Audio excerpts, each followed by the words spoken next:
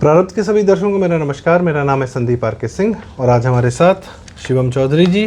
शिवम चौधरी जी एक IT professional हैं और साथ में इनका अपना यूट्यूब चैनल है जिस पे आपको बड़ी कमाल की जानकारियां और थोड़ा इन डेप्थ एनालिसिस लगातार देखने को मिल सकता है। शिवम भाई, हमारे चैनल पर पहली बार स्वागत है आपका। धन्यवाद जी। शिवम जी का अपना एक यूट्यूब चैनल भी है, शिवम चौधरी ऑफिशियल, तो वो हम उस लिंक भी शेयर करेंगे, आप ज़रूर वहाँ विज़िट करें।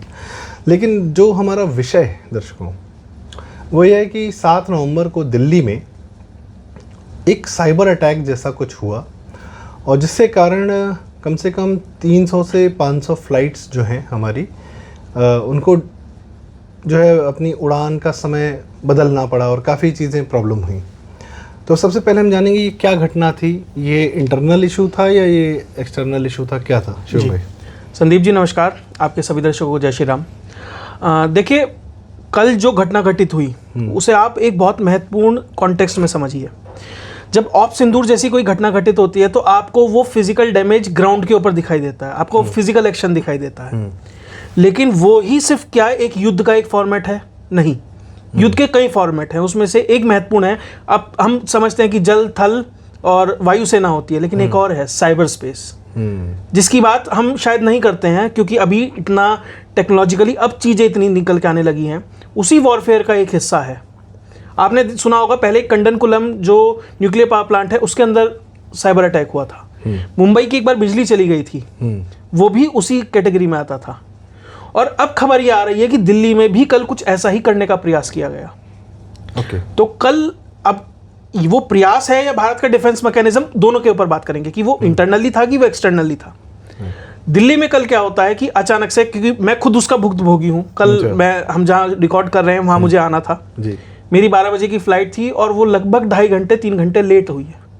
तो जब मैं दिल्ली पे एयरपोर्ट के ऊपर था तो ऊपर बाकायदा लिखा आ रहा था जो ATC है, एयर ट्रैफिक कंट्रोल, उसके सिस्टम्स मेल फंक्शन हो रहे हैं, उसमें प्रॉब्लम आ रही है, इसलिए फ्लाइट डिले हो रही है।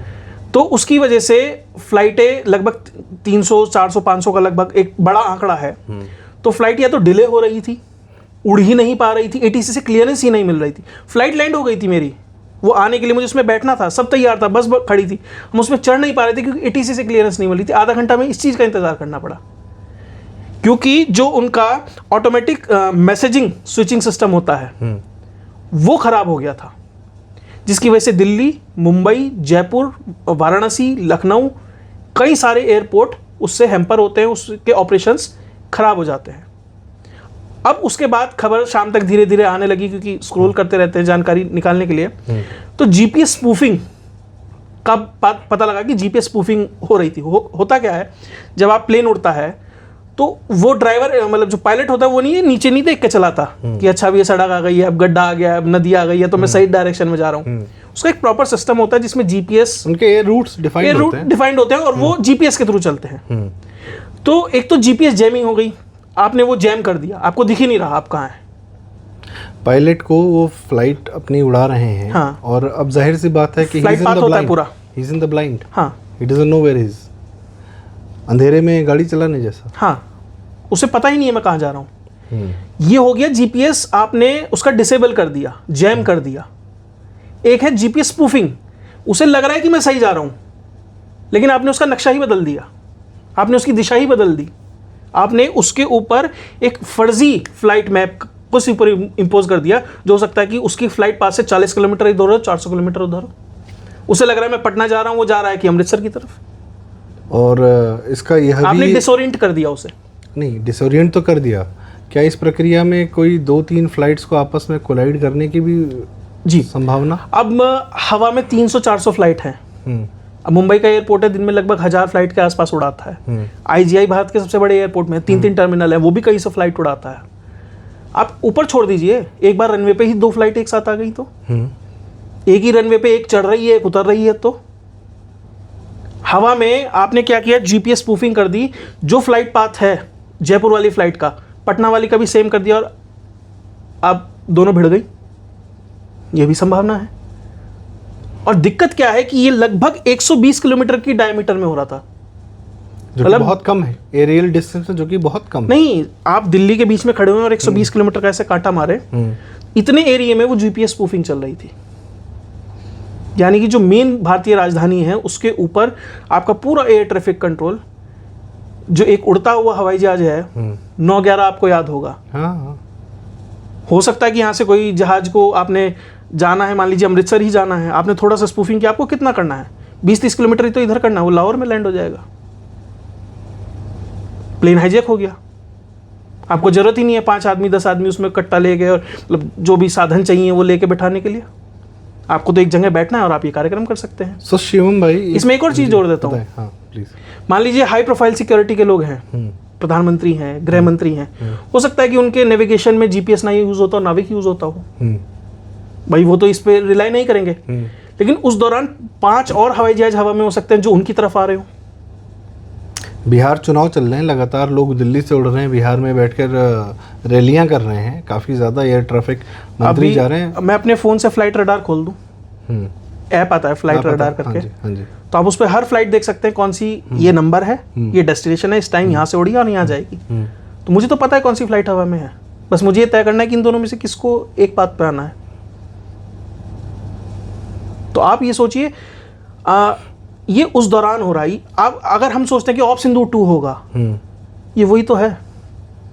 ऑप सिंदूर का मतलब नहीं, ये पहलगाम 2 है। हाँ, मतलब वो उस लेवल का हाँ, मतलब वो प्रोसेस चल रहा है। ये भाई कोरोना भी अगर हुआ, कोविड जो आया हमारे ऊपर, तो लोग कहते हैं कि वो बीमारी नहीं, वो युद्ध था। उस युद्ध ने आपकी सेनाओं को बाईपास करके आपकी ज़मीन पर, आपके गांव में घुसकर आपके लोग मारे, आपके डॉक्टर्स मारे, आपके मतलब वह तो युद्ध था।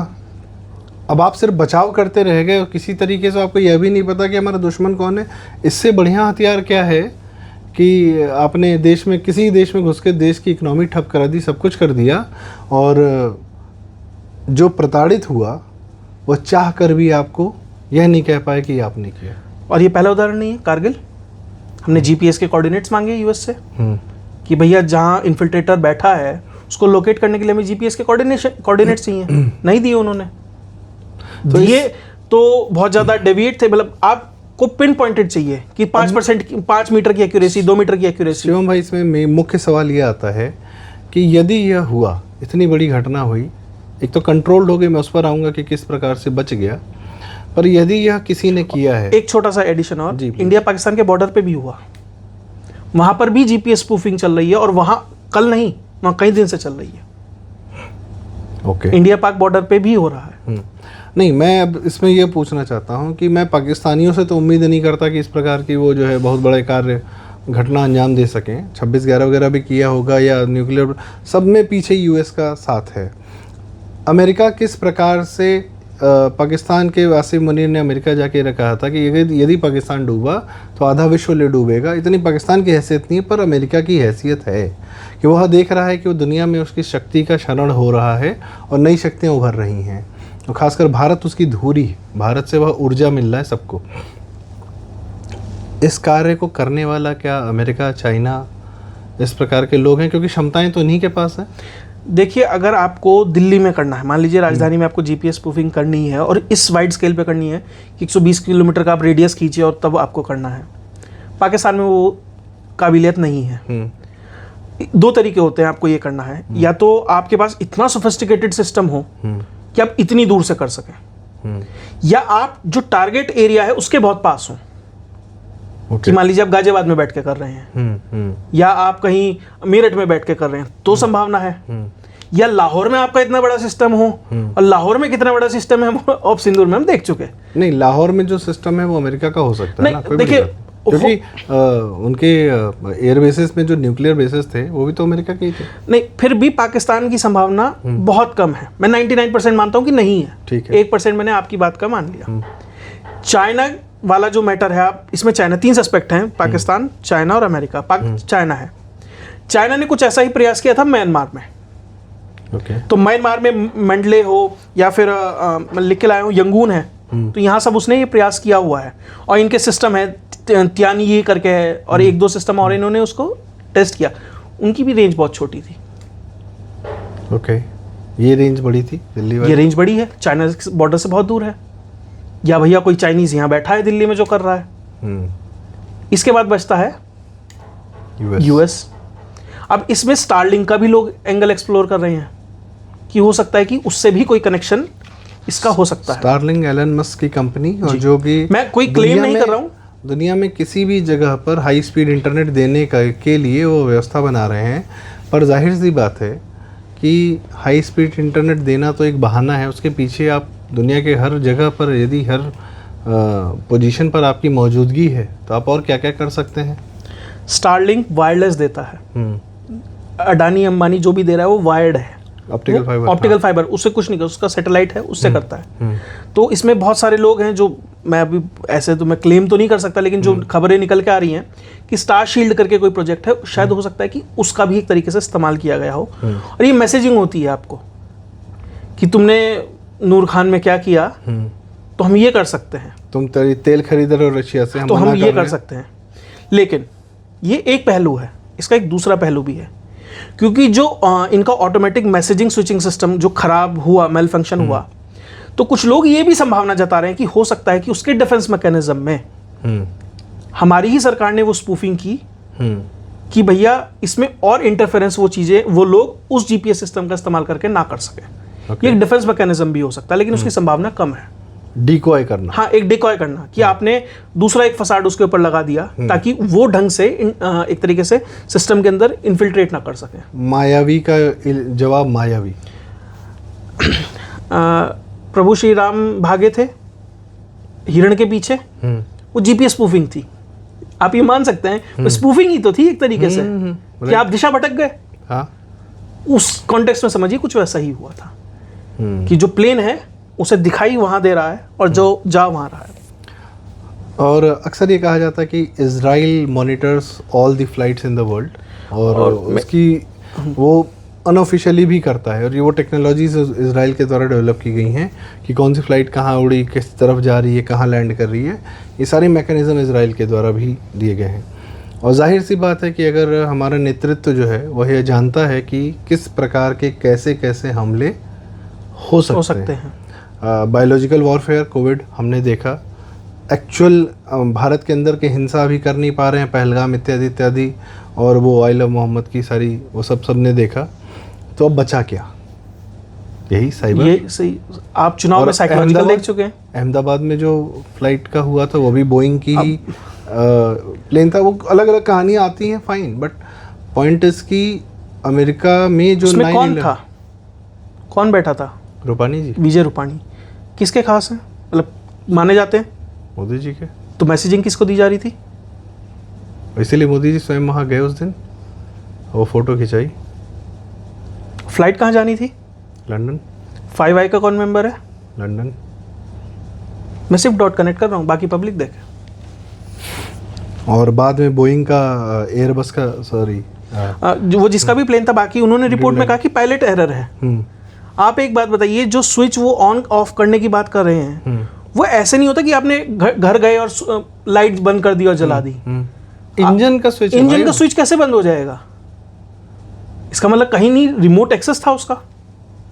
अब इसीलिए ये मैं कह रहा हूँ, इन पे इन्वेस्टिगेशन होनी चाहिए। नहीं, इसलिए अमेरिका, अब एक बात होती है, ट्रंप ने पिछले कार्यकाल में अपने गूगल को बोला कि आप चाइना की कंपनी हुआवे को एंड्रॉयड सिस्टम नहीं देंगे तो उससे क्या हुआ कि हुआवे के फ़ोन्स अमेरिका में बिकना बंद हो गए, और हुआवे के फ़ोन्स और चाइनीज़ कंपोनेंट्स कितने ज़्यादा पेनिट्रेटिव होते हैं, स्पाइंग वाले होते हैं, ये सबको पता है। दूसरी बात, हुआवे ने 5G नेटवर्क यूरोप में इस्टेब्लिश किया, ट्रंप ने इंश्योर किया कि हमारे यहाँ 5G नेटवर्क ये नहीं करेंगे चाइनीज़ हुआवे वाले, जबकि डेमोक्रेट्स तैयार बैठे थे।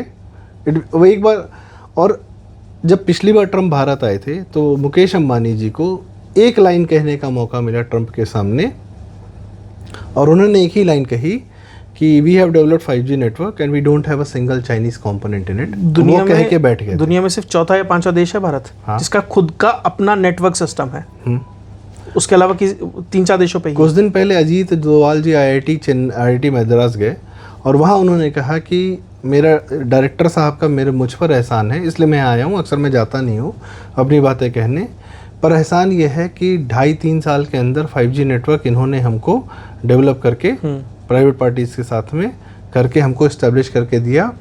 चाइना को बहुत ज़्यादा समय लगा, पैसा भी बहुत लगा, भारत ने वही नेटवर्क, वही सिस्टम्स कम खर्चे में अपने यहाँ पैदा कर लिए। अब आप सोचिए, एक बार यदि चाइनीज़ कंपोनेंट्स और चाइनीज़ सिस्टम ने आपके यहाँ कब्जा कर लिया, वो किस तरीके से चाइना को मॉनिटर करता है चाइनीज़ कम्युनिस्ट वो पार्टी। छोड़िए ना, भारत में जितने CCTV कैमरे बिक रहे हैं 90% चाइनीज़ है। यानी पूरी भारत में कहाँ क्या चल रहा है वो चाइना बैठा देख रहा है। आपके वो मैक्सिमम तो फ़ोन से, इंटरनेट से कनेक्टेड भी होते हैं। हाँ, दूसरी चीज़, आपका फ़ोन, क्या आप चिप बनाते हैं यहाँ पे? क्या आप उसका हर पार्ट बनाते हैं यहाँ पे? किसी एक पार्ट में वो आसानी से मैनिपुलेट करके भेज सकता है। भाई हमारे फ़ोन में सिर्फ कैमरा है, सिर्फ माइक्रोफोन है। जो आपने से एक ऑफलाइन बात हो रही थी, तो आपको लगता है, शिवम भाई ने बताया, हाँ बताइए सर। मान लीजिए आप फ़ोन है, पहले डिटैचेबल बैटरीज आती थी, आप डिटैच कर दिया, आपका फ़ोन डेड है, प्लास्टिक का पीस है, अब आनी बंद हो गई है। क्यों? क्योंकि आपने फ़ोन स्विच ऑफ कर दिया, ये आपको लगता है, लेकिन क्योंकि बैटरी अटैच्ड है, पीछे कौन कौन उस माइक्रोफोन को एक्सेस करके आपकी बातों को सुन सकता है। आपके इस फ़ोन में पीछे कौन कौन, स्क्रीन नहीं चल रही ना, स्क्रीन ही तो नहीं चल रही, बाकी तो सब चल रहा है। बाकी तो चल ही रहा है। यदि मैं अपना फ़ोन, मैं कह रहा हूँ कुछ नहीं चल रहा, माइक्रोफोन चल रहा है ना, बहुत है। आपकी आवाज़ सुन ली उसने। भाई अगर मैं अपना फ़ोन 100% बैटरी चार्ज करके यदि स्विच ऑफ करके छोड़ दूं और 2 दिन बाद वापस से ऑन करूं, तो हो सकता है कि 80% बैटरी कहाँ गई? 20%? 20% कहाँ गई? सुन तो रहा है 100%। और उसमें AI लगा हुआ है, सब कुछ हो रहा है। तो भारत की क्या तैयारी है? समस्या पर तो बात हो गई, भारत की क्या तैयारी है? अभी मैंने जब बात की कि भारत की CDS ने भी इसके ऊपर बात की, हम साइबर जो भारत के ऊपर हर साल हज़ारों से लाखों की संख्या में साइबर अटैक होते हैं, अलग अलग इंस्टीट्यूशंस के ऊपर। मान लीजिए DRDO के अंदर है, हेल्थ के अंदर है, हर एक में होता है कि क्या क्या चल रहा है। ब्लूप्रिंट्स अभी DRDO में, शायद मुझे ध्यान नहीं है, मैं कब की एक वीडियो देख रहा था, DRDO में ऑलरेडी एक इन्फिल्ट्रेशन का प्रयास हो चुका है बड़े स्तर पर, और टेराबाइट्स में डेटा लीक होने की भी खबर है।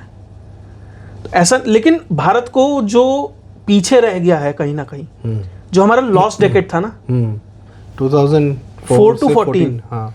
और उस ऐसा नहीं है प्रधानमंत्री आज बने तो उन्हें सब पता है। उन चैलेंजेस को समझने में भी समय लगता है कि ये चैलेंज भी आ सकता है। मोदी जी का संसद में एक वक्तव्य है कि हमें यह पता था कि देश की हालत खराब है, पर इतनी खराब है ये मुझे PM बनने से पहले नहीं उन्होंने कहा अगर मैं व्हाइट पेपर लिया था ना, पूरी दुनिया के इन्वेस्टर का भारत पे से विश्वास उठ जाता और सब पैसा लेके भाग जाते। हम चाहते हुए, राजनीतिक रूप से चाहते हुए, लेकिन प्रधानमंत्री की वजह से वो नहीं ला पाया, बैंकिंग सिस्टम तबाह हो जाता। NPA, तो वो सिस्टम हो सकता था। साइबर वॉरफेयर और साइबर स्पेस में हमें बहुत कुछ करने की जरूरत है, कर रहे हैं, लेकिन जो कर रहे हैं नाकाफ़ी है। हमें अपने इंडिजिनस सिस्टम्स, मान लीजिए हम GPS की इस्तेमाल करते हैं, नाविक को बहुत प्रमोट किया गया, सरकारी कुछ जगह को छोड़कर कहाँ यूज़ हो रहा है, आम पब्लिक के लिए कोई एक्सेसिबल नहीं है। हम क्यों? और खबर तो ये भी है, कल कुछ गूगल मैप्स में भी डिसओरिएंटेशन आ रहा था दिल्ली के आसपास। मैं उसे कंफर्म नहीं कर सकता, दूसरी को मैं कंफर्म कर सकता हूँ। कुछ गूगल मैप्स में भी दिक्कत आ रही थी। मान लीजिए उसकी एक्यूरेसी 5 मीटर है, वो 15-20 मीटर तक की एक्यूरेसी जा रहा था। ये है।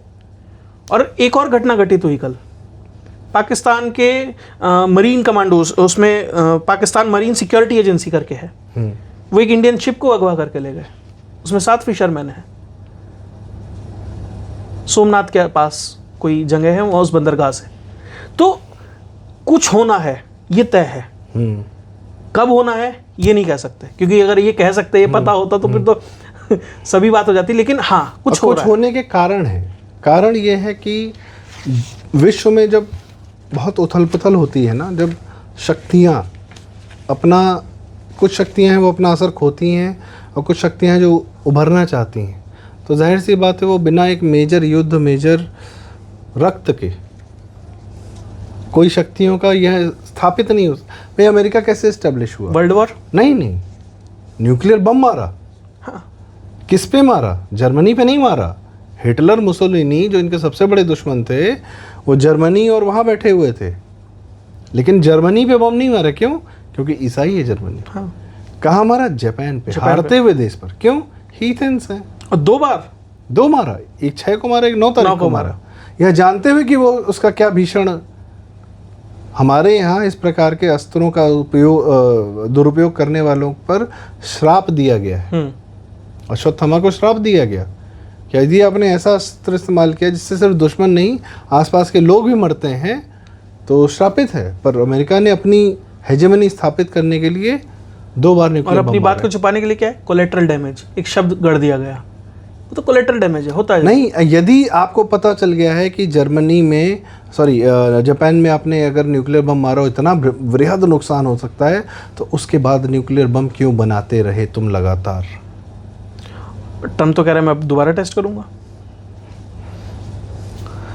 तो ये मानसिकता जो है ना, ये जो वही बात कि मैं डूबूंगा अगर अमेरिका डूबेगा, अगर हमारी हेजेमनी गई, हमारा जो सुपर पावर स्टेटस है वह अगर चला गया तो हम आधा दुनिया ले डूबेंगे। और उसमें यही माइक्रोसॉफ्ट ने भी भाई जितनी आप ही बता रहे थे कि अमेरिका की जितनी कंपनीज हैं वो वहाँ की CIA और वहाँ की आर्मी के जो डार्पा प्रोजेक्ट है अगर आप उसे उठा के देखेंगे, या जो CIA है, गवर्नमेंट फंडेड होती हैं। माइक्रोसॉफ्ट है, बिल गेट्स का आप इतिहास उठा के देखिए, सरकारी समर्थन था। फेसबुक को उठा के देखिए, कहीं ना कहीं सरकारी समर्थन था। उसके बाद व्हाट्सएप है, इंस्टाग्राम है, हर कोई उसी इकोसिस्टम से निकला है। इनका जो कॉम्पिटिटर होता है या तो उसे खत्म कर देते हैं या अपने अंदर एब्जॉर्ब कर लेते हैं। भाई नेटफ्लिक्स अमेजोन के माध्यम से आप क्या कर रहे हो? आप देशों के कंटेंट पर और उसके डिस्ट्रीब्यूशन पर पूरी तरह कब्जा कर रहे हो। आप ये देखिए वोकिज्म को किस तरीके से प्रमोट किया जाता है, जीसस को काला दिखा रहे हैं। मैं तो अरे भाई हमारा ही नहीं नुकसान कर रहे, अपना भी कर रहे हैं। ममदानी जिता रहे हैं अपने, ममदानी जिता रहे हैं। और भारत के लोग उमर खालिद को नया ममदानी बना रहे हैं, और वो लोग जो अमेरिका में 1 साल की फेलोशिप करके आए हैं, खानम शर्मानी। तो दुनिया, और जाहिर सी बात है भारत के जितने वोक लिबरल, इंदिरा जयसिंह के माध्यम से छोटी बच्चियों का सेक्सुअल एज कंसेंट जो है उसको कम करने के प्रयास कर रहे हैं। जुडिशरी हमारी कितनी कॉम्प्रोमाइज है वो तो भगवान मालिक है। तो ये IT साइबर वॉरफेयर जो है एक अलग क्या कहते हैं ये तो बहुत बड़ी चीज़ हो गई। 2024 के चुनाव में हमारी आपकी रीच डाउन कर दी। हाँ, वो तो विशुद्ध रूप से YouTube और Facebook का कार्य ये था। तो कितना बेसिक है जितना कि नैरेटिव के लेवल पे कहाँ तक गिरा सकते हैं। सर नैरेटिव ही फैलाया उन्होंने, घर घर कमरे कमरे घर घर में, कि मन पलट दिया। अगर एक ही इंसान को आप 25 बार एक कंटेंट दोगे अलग अलग, और अब तो AI के माध्यम से लोगों की भी जरूरत नहीं कंटेंट बनाने के लिए, तो AI के माध्यम से स्वयं ही कंटेंट लिखा जा रहा है, बनाया जा रहा है, भेजा जा रहा है। अमित शाह और पत्रकारों की कैसी वीडियोस वायरल हो रही हैं AI जनरेटेड, कि अमित शाह जूता लेके बैठे हैं और पत्रकार उनके पास बैठे हैं, और वो देखने में ऐसा लगेगा कि बिल्कुल नहीं, अमित शाह के हेलीकॉप्टर में बैठा होगा फला पत्रकार, और वो AI जनरेटेड है। अमित शाह जी का ही तो वीडियो 2024 में चला। मान लीजिए आपने, हाँ मान लीजिए किसी ट्विटर हैंडल से वो वीडियो उठती है, आपने उसे गिरफ्तार कर लिया, वो लाखों व्हाट्सएप ग्रुप में जा चुकी है, कहां तक रोकेंगे? आपने एक व्यक्ति गिरफ्तार कर लिया, उनके लिए तो डिस्पोजेबल एसेट बहुत है, वो किसी और से नया डलवा देंगे। वो तो राहुल गांधी बार बार जेनजी क्यों बोल रहा है? कैसे देशों में अचानक से लोग सड़क पर उतर जाते हैं और आग लगने लगती है। कोलंबिया गया था, कोलंबिया के बराबर में पेरू है, साउथ अमेरिका में एकमात्र देश बचा जहाँ राइट विंग गवर्नमेंट थी, वहां जेनजी आंदोलन चल रहा है। वहां से सीख क्या है, अगला क्या होमवर्क इंप्लीमेंट करना है? अरे आपके इंडोनेशिया में भी आग लगाई गई है, वो तो बच गया। आपके नेपाल में आपने सबने देखा, बांग्लादेश में किसने किया, श्रीलंका, यूक्रेन में शुरू किया था, यूक्रेन से शुरू हुआ। और भारत में जो केजरीवाल आंदोलन था वो क्या था? जनता सड़क पर आ गई। लद्दाख वाला कौन था? लद्दाख वाला सोनम वांगचुक। तो यह भी सब क्या है, यूट्यूब, फेसबुक, और हम सब जिस फ़ोन के माध्यम से कार्य कर रहे हैं, भारत से समाधान क्या कर रहा है भाई? जब चिप्स बनाओगे, तब अपना सर्वर बनाओगे, तब अपना आप सॉफ्टवेयर और अपना आप प्रोडक्ट बना पाओगे जिसको आप पूरी तरीके से आत्मनिर्भर कह सकोगे। अभी तो सर्वर बनाने की मास मैन्युफैक्चरिंग का हमारे पास अमेरिका को दिक्कत आज सबसे बड़ी ये नहीं है कि हमने नूर खान बेस उड़ाया है, उसके पास मिलियंस बिलियंस की कमी नहीं है, बना देगा दोबारा। उससे दिक्कत ये है, भारत कह रहा है कि अपने डेटा सेंटर भारतीय लोकलाइज्ड करो। उसे दिक्कत ये है कि अडानी भारत में क्यों डेटा सेंटर बना रहा है, सेमीकंडक्टर फैक्ट्री यहाँ भारत में क्यों लग रही हैं, रेयर अर्थ में भारत क्यों एक्सप्लोरेशन करके उसे बढ़ाना चाह रहा है? क्या है नूर खान? ऐसे उसके पूरे दुनिया में 800 बेस हैं, एक में डाल देगा 500 मिलियन, कोई फर्क नहीं पड़ता। दिक्कत ये है आने वाले समय में क्या है, डेटा, आने वाले समय में क्या है, रेयर अर्थ। एक चीज़ और है ना जो सबसे बड़ी जो उसकी दिक्कत है कि वह चाहता है कि दुनिया की सारी ट्रेडिंग डॉलर में हो, और भारत, चाइना, रशिया और तमाम तरीके के लोग इस कुचक्र से बाहर आने का प्रयास कर रहे हैं। सऊदी अरब ने ब्रेंटवुड एग्रीमेंट रिन्यू नहीं किया। एक और चीज़, स्टारलिंक को भारत में आने में सबसे बड़ी दिक्कत क्या है? भारत ये कह रहा है कि अपना सारा डेटा भारत में रखो, ये दिक्कत है। और डॉलर वो आ ही रहा है डेटा लेने के लिए। जो डॉलर है करेंसी, वो सिर्फ इसलिए नहीं है, उसके पीछे जो अमेरिका की पावर है वो डॉलर को मजबूत करती है ना। और अमेरिका की क्या पावर है? यही तो पावर है। यही तो पावर है। आपने वो, मैं कह रहा हूँ डॉलर में ही ट्रेड होता रहे, लेकिन आपने अमेरिका की अगर पावर सारी खत्म कर दी, डेटा वाली जो उसकी टेक्नोलॉजिकल एडवांसमेंट अगर अपनी तरफ खींच लिया, तो डॉलर तो अपने आप रिडंडेंट हो जाना है एक टाइम के बाद। बिल्कुल। तो यह जो है शिवम भाई ने के माध्यम से आज हमें जो पता चला कि एक साइबर वॉर की भी कल्पना चल जैसा रही कुछ है, प्रारूप था, जैसा कुछ प्रारूप था। और फैक्ट मैटर्स। तो कल जो हुआ 7 नवंबर को, तो किसी भी सिम्टम को, क्योंकि बीमारी बड़ी है, हल्के में नहीं लिया जा सकता है। और यदि इस प्रकार की चीज़ें हो रही हैं तो और भारत का यूपीआई अपने आप में कितनी बड़ी तकलीफ़ है कितने लोगों की। वह एक आपने सवाल पूछा था भारत की क्या तैयारी है, ये हमें दिख गया क्योंकि मेरी फ्लाइट डिले हुई, क्योंकि एक साथ 300 फ्लाइट डिले हुई। ऐसे बहुत सारी चीज़ें भारत को कर, देखिए डोवाल जी ने एक बात बहुत अच्छी कही है, जब फुटबॉल होता है ना, तो यह बॉलर होता है, बैट्समैन को हर बॉल पे बचना है, बॉलर को एक बॉल पे विकेट लेना है। सही। वो उन्होंने 100 किए होंगे, हमने 99 फेल कर दिए, हमने दिखाई एक दिया। इसका मतलब ये नहीं हमारी तैयारी नहीं है। जाहिर सी बात है, भारत में अगर बम नहीं फट रहे हैं तो इसका मतलब है कि कितने लोग की इच्छा है कि वो खुद फट जाए। हाँ, वो खुद शरीर पे बम बांध के, ऐसे कुछ करोड़ों लोग हैं हमारे यहाँ, वो 145 फीट वाली के पास चले जाए। हाँ, कि वहाँ चले जाएं ऊपर सीधे, और 2-4 लोग को यहाँ से लेकर जाएं। तो बड़ी इच्छा है ऐसे लोग की कि जो स्वयं बम बन के फटना चाहते हैं और फट नहीं पा रहे हैं। इसका मतलब है कि हमारी तैयारी है। और आपने पूछा पाकिस्तान आईटी एक्सपोर्ट करता है, इस्लामिक टेरर करता है, भारत वैसा आईटी करता है। वो खैर सबकी अपनी प्रकृति, अपनी प्रवृत्ति जी। तो इसी के साथ आज की चर्चा का समापन करेंगे। आईटी में कुछ जो समस्याएं आई वो हमने देखा, पर समाधान भी देखा, और फिर वही बात कि साफ बचकर निकल गए, वरना कौन सी छोटी घटना कितनी बड़ी हो सकती है। तो लगातार हमारे नेतृत्व, हमारी एजेंसी लगातार कार्य कर रही हैं, पर इन सब बातों पर चर्चा भी आवश्यक है और यह समझना भी आवश्यक है। तो शिवम भाई, बहुत बहुत धन्यवाद, आपने अपनी जानकारी और आपने ये सब हमसे साझा किया। और यही कह सकते हैं कि कृपया आपके माध्यम से जब हमारी बातें दूर दूर तक जाती हैं तो हमें भी अच्छा लगता है। तो कृपया वीडियो लाइक करें, शेयर करें और चैनल ज़रूर सब्सक्राइब करें, शिवम चौधरी ऑफिशियल और चैनल प्रारब्ध। बहुत बहुत धन्यवाद। नमस्कार। जय हिंद। जय हिंद।